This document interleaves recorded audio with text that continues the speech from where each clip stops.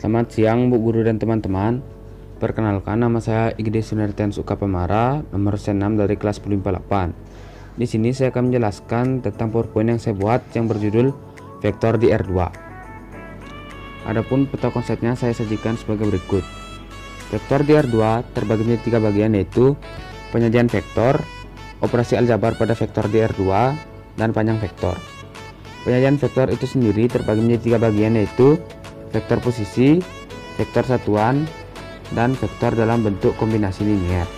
Sedangkan operasi aljabar pada vektor di R2 terbagi menjadi 4 bagian, yaitu penjumlahan vektor, pengulangan vektor, perkalian skalar dengan vektor, dan kesamaan dua vektor. Yang pertama yaitu penyajian vektor.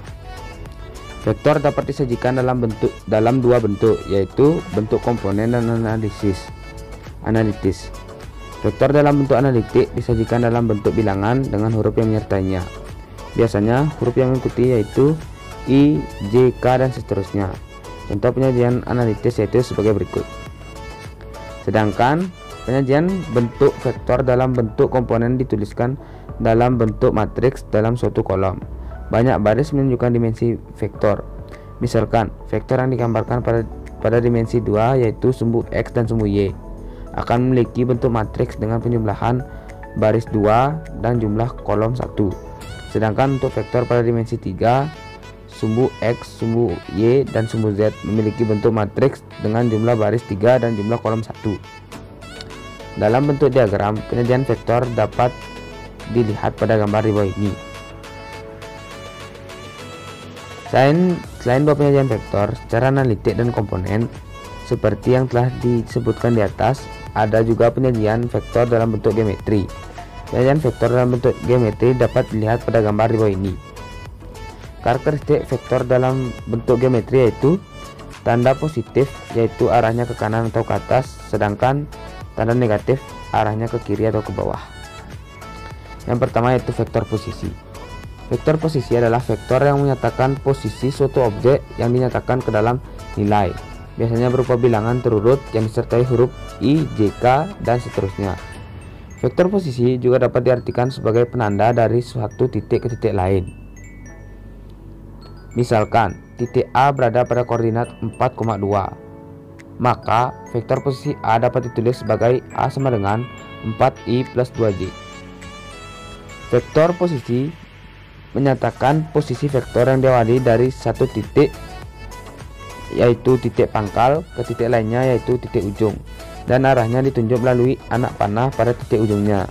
Biasanya simbol untuk vektor posisi adalah vektor yang atasnya berupa tanda anak panah seperti gambar di bawah ini.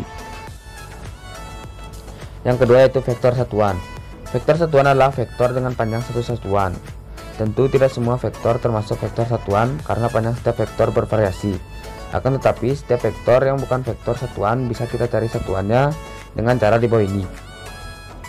Selanjutnya yang ketiga yaitu vektor dalam bentuk kombinasi linier.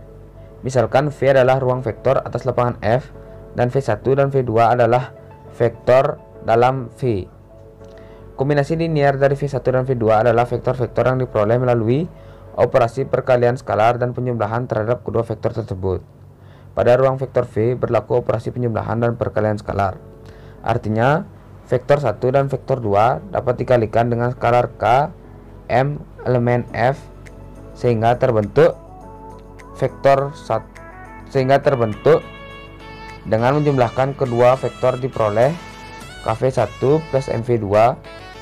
Vektor ini disebut sebagai kombinasi linier dari V1 dan V2. Definisi. Misalkan F adalah lapangan dan V adalah ruang vektor atas lapangan F, anggota-anggota F disebut skalar.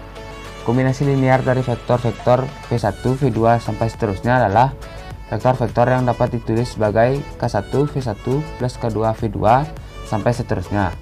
Untuk satu skalar yaitu K1, K2 sampai seterusnya elemen F.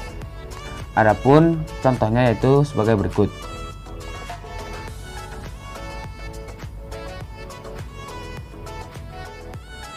Yang kedua adalah operasi aljabar pada vektor di R2. Yang pertama adalah penjumlahan vektor di R2.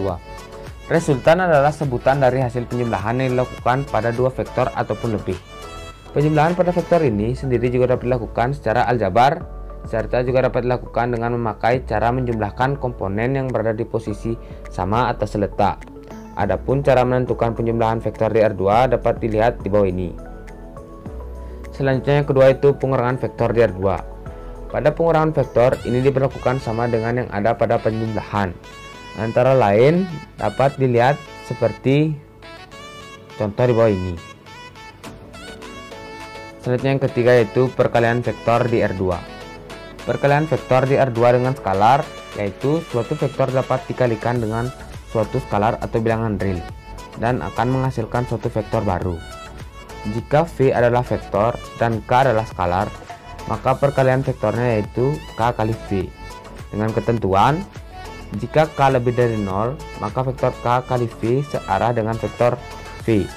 Jika K kurang dari 0, maka vektor K kali V berlawanan arah dengan V. Jika K sama dengan 0, maka vektor K kali V adalah vektor identitas. 0 sama dengan 0 per 0. Jika secara aljabar, perkalian vektor V dengan skalar K dapat dirumuskan seperti yang ada di bawah ini. Selanjutnya itu perkalian skalar dua vektor. Dalam perkalian skalar dua vektor, kita dapat menggunakan rumus di bawah ini. Selanjutnya itu kesamaan dua vektor. Yang pertama itu pengertian kesamaan dua vektor atau lebih dapat kita lihat pada dua hal, yaitu yang pertama secara geometri, yang kedua itu secara aljabar. Secara geometri, dua buah vektor dikatakan sama jika kedua vektor memiliki besar atau panjang dan arah yang sama. Misalkan vektor AB sama dengan vektor CD, atau bisa ditulis vektor AB sama dengan CD. Seperti gambar di bawah ini. Selanjutnya itu secara aljabar. Dua buah vektor dapat dinyatakan sama jika unsur-unsur yang bersesuaian besarnya sama atau nilainya sama. Vektor di R2 misalkan A sama dengan A1 A2 dan B sama dengan B1 B2. Jika A sama dengan B, maka A1 sama dengan B1 dan A2 sama dengan B2. Selanjutnya itu panjang vektor. Panjang vektor adalah jarak dari titik pangkal titik ke ujung vektornya. Karena secara aljabar, titik pangkal vektor dan titik ujung vektor dalam bentuk koordinat baik dimensi 2 maupun dimensi 3. Maka panjang vektor dapat ditentukan dengan menggunakan rumus dua jarak, yaitu sebagai berikut. Selanjutnya itu contoh soal. Contoh soalnya sebagai berikut. Sekian presentasi dari saya. Sekian dan terima kasih.